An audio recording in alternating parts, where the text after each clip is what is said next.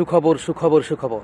আর নয় দিল্লি, আর নয় ভারত, এখন থেকে বাংলাদেশ থেকে ইউরোপের ভিসা প্রসেসিং হবে। আর দিল্লি যেতে হবে না ইউরোপের ভিসার জন্য, প্রসেসিংয়ের কার্যক্রমের জন্য। ভারত যেতে হবে না কার্যক্রমের জন্য, কারণ ডক্টর ইউনূসের সাথে ইউরোপিয়ান 19টা দেশের সরকারের সাথে বাংলাদেশে আসার পরে বৈঠক হয়েছে, সরাসরি বাংলাদেশে চলে আসছে। সেখানে সে আর্জি জানিয়েছে, আমরা সরাসরি এই ইউরোপের তোমাদের ভিসার কার্যক্রম বাংলাদেশ থেকে আমরা বাস্তবায়ন করতে চাচ্ছি। তারা আশ্বাস দিয়েছে এখন থেকে বাংলাদেশ থেকেই এই ধরনের ভিসা প্রসেসিং হবে।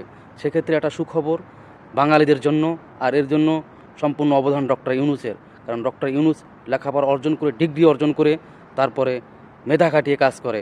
আর ডক্টর ইউনূসকে প্রত্যেকটা দেশের মানুষ অন্যরকম রেসপেক্ট করে। প্রত্যেকটা দেশের রাষ্ট্রদূত বলেন, প্রধানমন্ত্রী বলেন, অন্যরকম রেসপেক্ট করে, কারণ তাদের সবাইকে সে পরামর্শ দিয়ে বেড়াচ্ছে। কারণ মেধাবী মানুষের জুতো টানাও ভালো, কথায় আছে।